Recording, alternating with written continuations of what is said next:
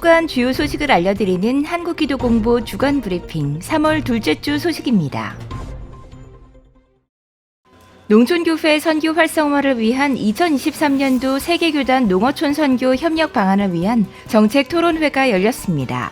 예장 통합을 비롯해 기장, 기감 등 세계교단과 단체장들은 각 교단의 총회 정책과 사업을 공유하고 각 교단의 농촌 선교 훈련센터 관계자들이 지역 교회들과 연대해 실행하는 사역들을 구체적으로 나누며 협력의 방안을 모색했습니다. 세계교단은 저출생 고령화의 상황에서 농촌교회의 현실과 자립, 더 나아가 도농교회의 동반 성장을 위해 향후에도 지속적인 모임을 통해 농촌 선교 지원 방안을 논의하기로 했습니다.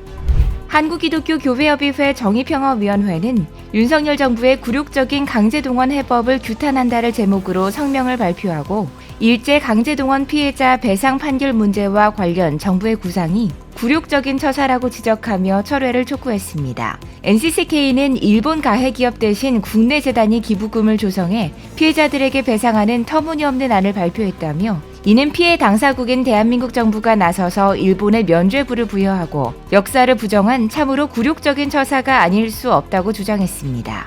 한편 한국교회 총연합은 논평을 통해 강제징용 문제 해소를 위한 정부의 발표에 대해 먼저 일본 정부의 성의 있는 응답을 촉구하며 정부는 폭넓게 피해 당사자와 국민 의견을 경청하라는 내용의 다소 원론적인 입장을 내놨습니다. 대한예수교장로회 총회가 제107회 목사고시 신청 서류를 접수한 결과 1,099명이 접수를 마친 것으로 나타났습니다. 이는 10년 전인 2013년 1,645명에 비해 600여 명이 줄어든 수치로 목사고시 응시생 수는 2015년 1,570명, 2019년 1,447명, 2021년 1,230명, 지난해 1,177명이 시험을 치러 꾸준한 감소세를 보였습니다. 한편 107회기 목사고시는 6월 29일 장로회 신학대학교에서 진행되며 설교, 논술, 성경, 교회사, 헌법 면접 순으로 시험을 치를 예정입니다. 세계 곳곳에서 부흥의 소식이 들리고 있습니다. 지난 2월 8일 에즈베리 대학교 체프루 기도 모임에서 강력한 성령의 역사가 임했다는 소식을 듣고 미국은 물론 영국, 캐나다 등지에서 찾아온 사람들이 기도회에 동참했습니다.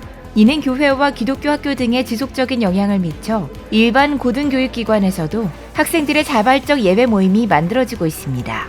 인구의 1%만이 개신교인인 베트남에서 처음으로 4만 명 규모의 전도 집회가 열렸습니다.